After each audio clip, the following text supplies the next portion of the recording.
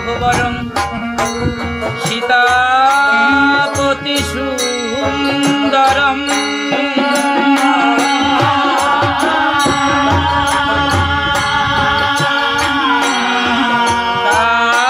কাকুতস্থং করুণাময়ং গুণনিধিং বিপ্রপ্রিয়ং ধারিমি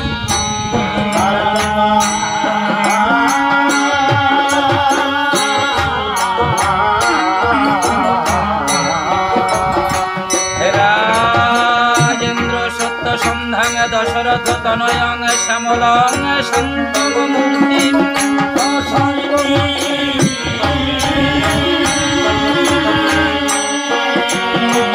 বন্দে লোকাভিরামং রঘুকুল তিলকং রাঘবং রাবণাদি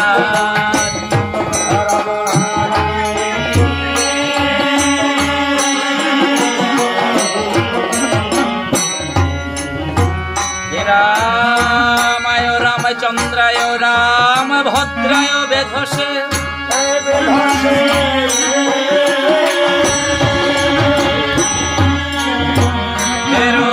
রঘুনাথায় নাথায় সীতায় পতয়ে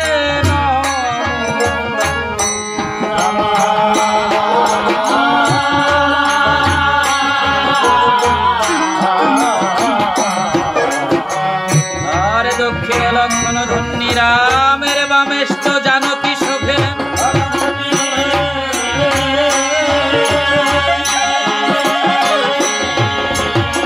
পুরত মারুত যশস্তম তং নমামি রঘুত্তমং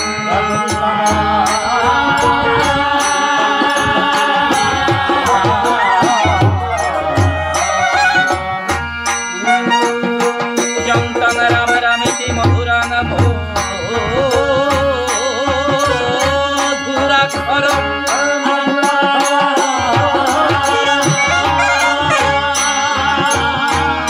আরূঢ় কবিতা শাখং বন্দে বাল্মীকি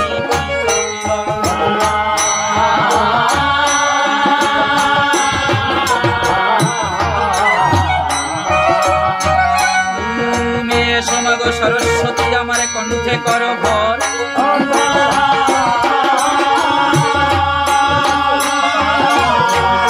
তোমায় বসিতে আসন দিব মায়া আমার রসনার উপরে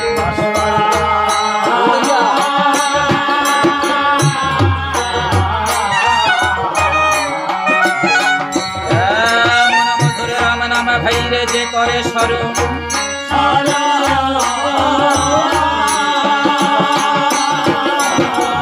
আমি শিরে তুলি বন্দনা করি সেই ভক্তে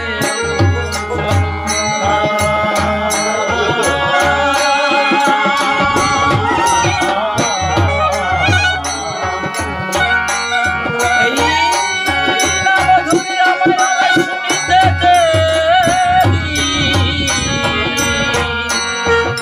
দেবীর মনে হলো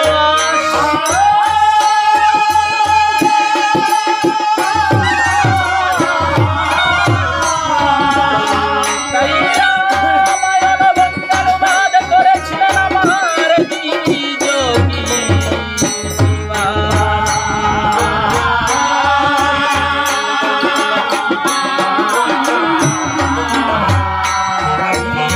কৃতিবাস রচিলেন এক অমৃতের ভাণ্ড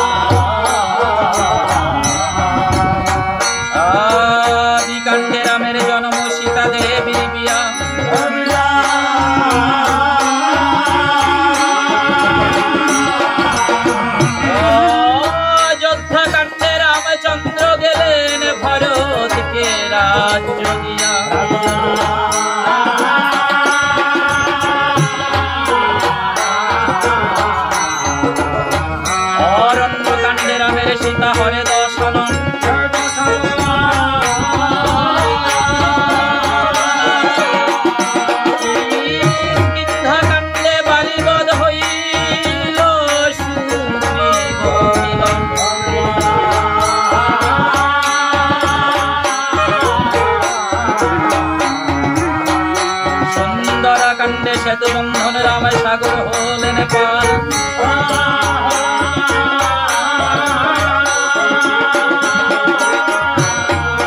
লঙ্কা কাণ্ডে রাবণ রাজার সব অঙ্গে সংহার।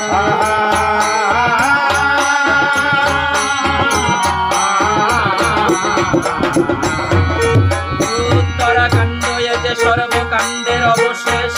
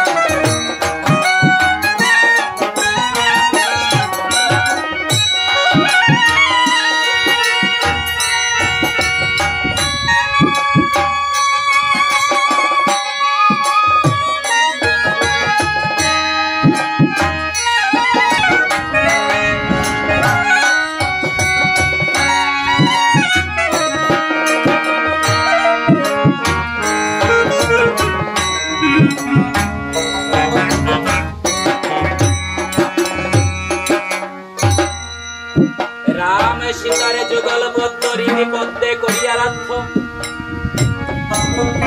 আমি শুদ্ধ চিত্তে প্রণতি জানাই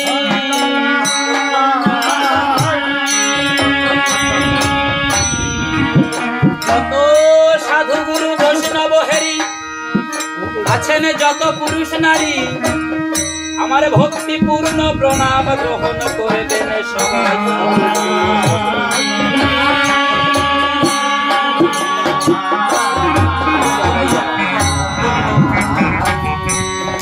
এই মানুষকে প্রণামে দিলে সেই প্রণাম ঈশ্বরে মেলে।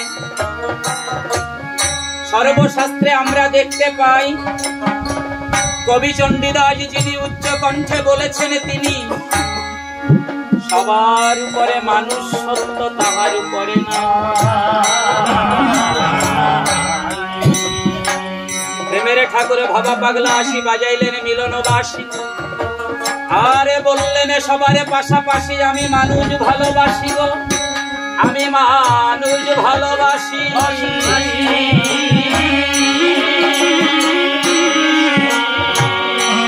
আমার কোন তীর্থের নাই প্রয়োজন, ওই গয়া গঙ্গা কাশী, আমি এই মানুষ ভালোবাসি।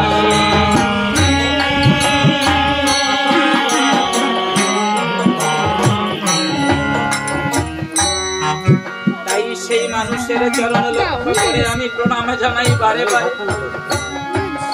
এই মানুষে যদি আমায় কৃপা করে, কৃপা করবে সেই কৃষ্ণ কালো শশী। যদি ভক্তজন আজ সন্তানে জানে আপনারা করবেন আশীর্বাদ, যা হতে যায় চিত্তের বিষয়, যেন ইষ্ট প্রেম প্রসাদ আমার অন্তরে হয় লাভ। আমার যাহা আছে খুঁটি মাটি আজি ছেড়ে দেহের ময়লা মাটি, এই দেহখানা করে খাটি, অন্তর মাঝে জাগে যেন সেই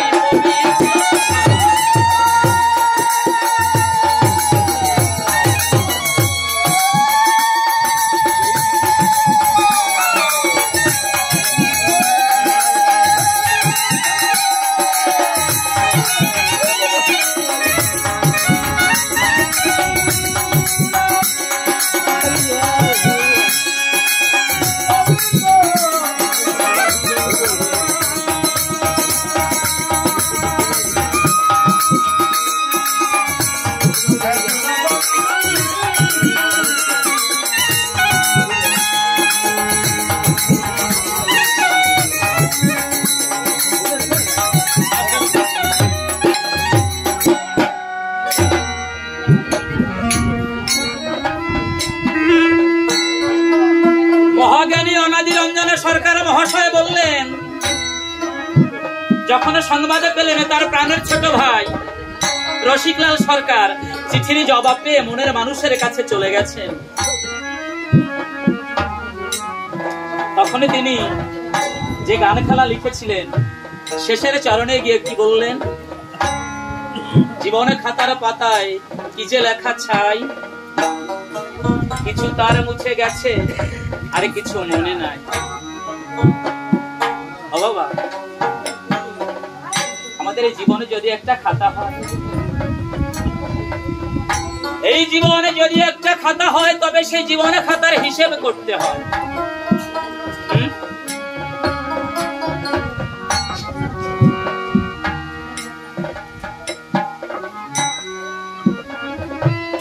এই জীবনে খাতার হিসেব করতে হবে। কোন হিসেব? এই পৃথিবীতে আমরা এসেছি, এই পৃথিবীকে আমরা কি দিয়েছি? আরে দুহাতে পেতে এই পৃথিবী থেকে আমরা কি দিয়েছি? এই জগৎ সংসারকে আমরা কি দিলাম, আর জগৎ সংসার থেকে আমরা কি নিলাম? এই হিসাবটা যদি করতে যাই, তবে আমাদের জীবনের চূড়ান্ত সিদ্ধান্তে গিয়ে আমরা দেখতে পাই আমরা সবাই ঋণের খাতায় পড়ে আছি।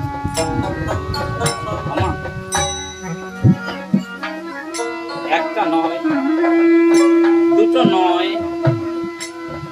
আমরা সবাই পঞ্চ ঋণের ঋণী। এই পাঁচটি ঋণ কি কি? দেবঋণ, ভূতঋণ, ঋষিঋণ, নৃঋণ, আর সর্বশেষ পিতা মাতার কাছে ঋণ।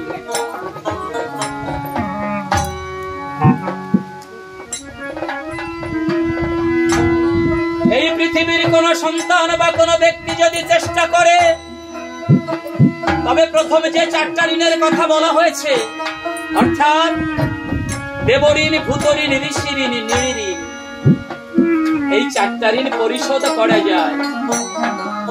কিন্তু মা বাবার কাছে সন্তানের যে ঋণটা রয়, এই জগতে প্রতিটি সন্তানের পিতা মাতার কাছে যে ঋণটা থাকে, ওই ঋণটা না এই জীবনের বিনিময়ে হলেও কোনোদিন শোধ দেওয়া যায় না।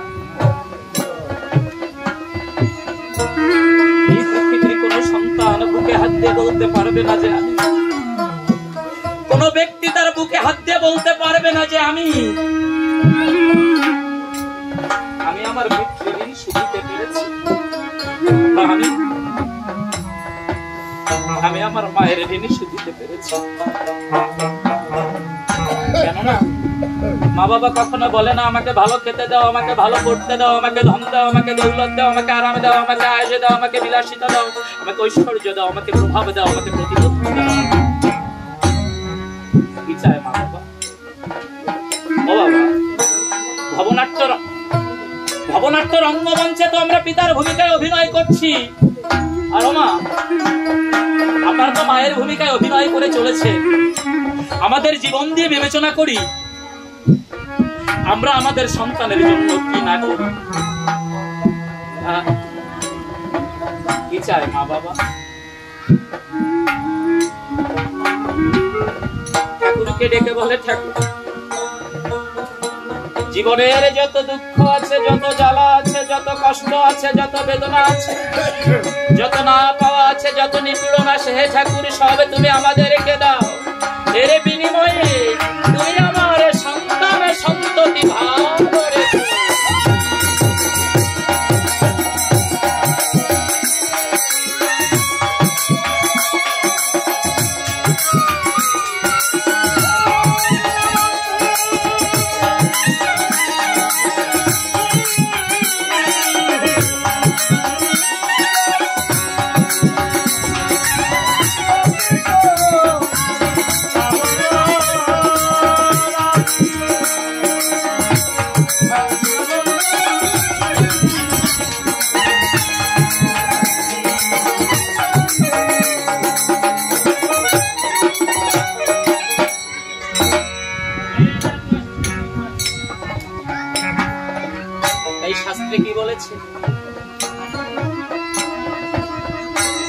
জীবিতে বাক্য পালঞ্চ মৃতে ভুরি ভোজন গয়া গঙ্গা পিণ্ড দানঞ্চ সুপুত্রশ্চ লক্ষণ। অর্থাৎ যতদিন আমাদের জীবনে, যতদিন আমাদের গৃহমন্দিরে আমাদের জীবন্ত ভগবান, রক্ত মাংসের জীবন্ত দেবদেবী, আমাদের পিতামাতা, আমাদের শ্বশুর শাশুড়ি থাকবেন, এই জগতের প্রতিটি সন্তানের আবশ্যকীয় কর্তব্য ওই জীবন্ত ভগবানের পূজা করা, তাদের দেখাশোনা করা, তাদের সেবা শুশ্রূষা করা, তাদের দেখভাল করা। কিন্তু বাবা, এই পরম ধন যেদিন আমাদের জীবন থেকে হারিয়ে যাবে,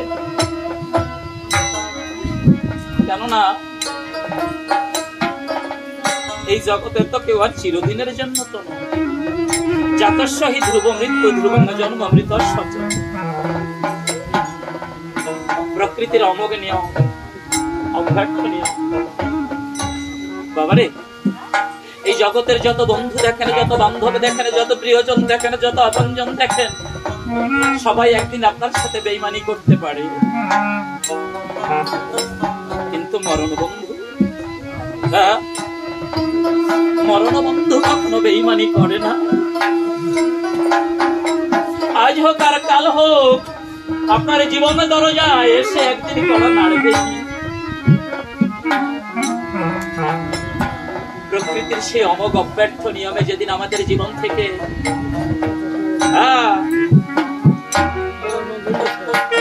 আমাদের পিতামাতা, আমাদের শ্বশুর শাশুড়ি চিরতরে বিদায় নিয়ে চলে যাবে, সেদিনও সন্তানের জীবনে কর্তব্য থাকে যথা সময়ে বেদ বেদান্ত মোতাবেক আত্মকৃত শ্রাদ্ধ আদি সুসম্পন্ন করে, এমনি মতো অন্নদান মহাযজ্ঞের আয়োজন করে, আপনাদের মতো পরম ভক্ত নিমন্ত্রণ করে এনে চোখের জলে আপনাদের চরণ ধুইয়ে দিয়ে চরণ কমলে প্রার্থনা জানানো।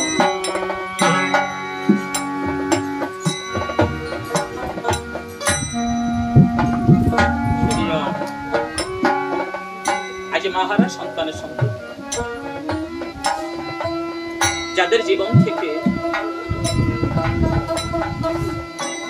মা নামক মধুর শব্দটি চিরতরে হারিয়ে গেছে।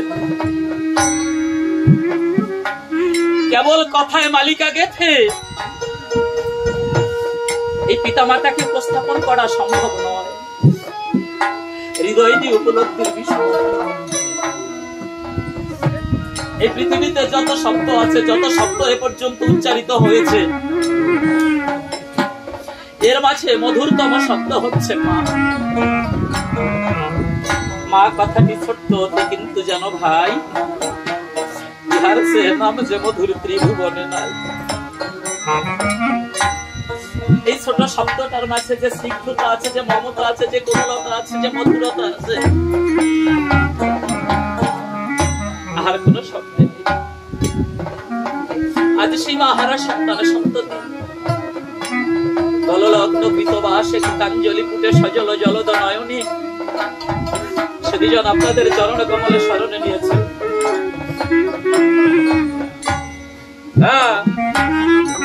আজ আপনারা তাদের হয়ে সেই পরম পিতা পরমেশ্বরের কাছে প্রার্থনা করবেন, তাদের যে মাতৃদেবী হয়ে জাগতিক লীলা সংবরণ করে নাথের দেশে চলে গেছেন।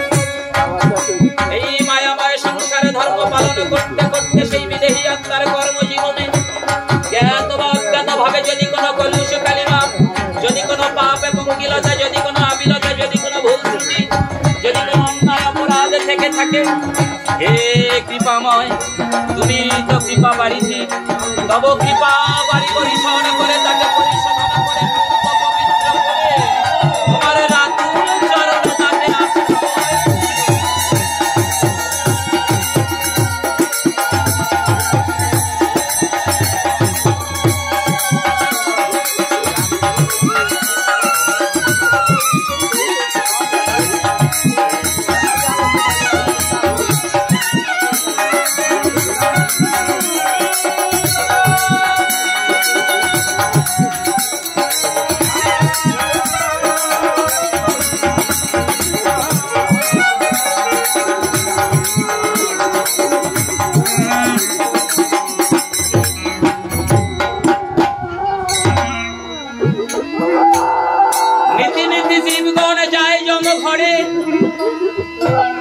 তথাপিও জীবগণ ইহা মনে করে আমরা তো চিরজীবী নাহি হব ক্ষয়।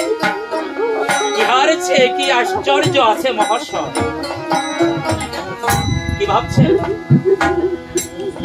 চিরদিন থেকে যাবে? বাবারে, আমাদের পূর্বপুরুষগণ চলে গেছে, যেতে যেতে একটা সত্যকে উপস্থাপন করে গেছেন। কি সেই সত্য? যে মেসেজটা আমাদেরকে দিয়ে গেছেন, কি সেই বার্তা? কি বলে গেছেন যেতে যেতে? নীরবে নিভৃতে আমাদেরকে বুঝিয়ে গেছে, বাবা আজ আমি যে পথে চললাম প্রস্তুত থাকো, তোমাকেও একদিন এই পথে আসতে হবে। জীবনে যেন পদ্ম পাতার শিশির বিন্দু,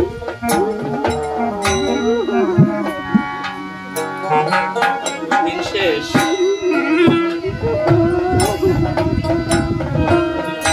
বালুকা বেলায় ঘর বেঁধেছ মন, বালুকা বেলা কখনো সে ঘর নিয়তির ঢেউ এসে ভাসিয়ে নিয়ে চলে যাবে আমরা কি জানি।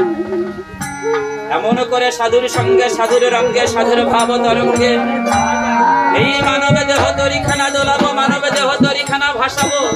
এমন সুযোগ আজকের পরে আমাদের জীবনে হতেও পারে, নাও পারে। এমনও তো হতে পারে, এমনও তো হতে পারে আজকেই আমাদের জীবনের সর্বশেষ সাধু সঙ্গ। আজকের পৃথিবী দেখেছি, আজকের সূর্য দেখেছি, কিন্তু আগামী দিনের সূর্য জীবনের কষ্টে উদয় হতে পারে, তাই বলি মনে আজ বড় সুযোগ পেয়েছ মন পাখি আমার, আজ পরাণে ভরে আমার প্রভুর নাম গুণাগুণ করো।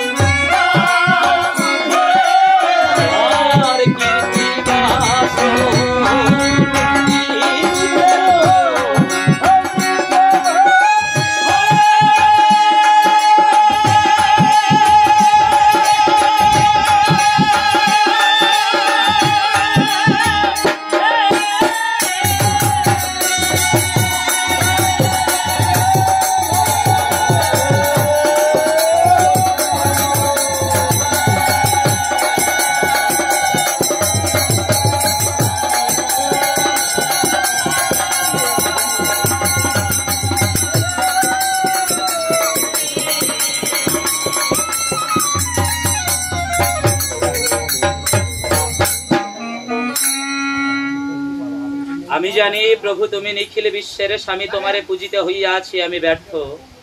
নাই মোর ভক্তি বল, ক্রমে হলেম দুর্বল, আমি হারিয়েছি পরমের পরমার্থ। দেবতা গান্ধর্ব আদি পাহাড় কিংবা জলধি করে তোমার ধ্যান, চন্দ্র সূর্য গ্রহ দলে সবই তো তোমার ইশারায় চলে।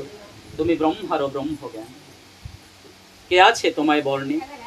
বর্ণিতেও হার মানে বর্ণে, স্বর্ণে পর্ণে তব প্রীতি ছড়ে। ওই গাছের পাতায় যত রেখা, রেখা নয় দয়াল তোমার নামটি লেখা, কেবল দেখার মতো আখি দিও। আছেন যত সাধু সহদ সবার চরণে দণ্ডবোধ, একটু লক্ষ্য রাখবেন এই অধমের প্রতি। সদভাবে যেন চলি, সত্য কথা যেন বলি, সঠিকভাবে থাকে যেন নি।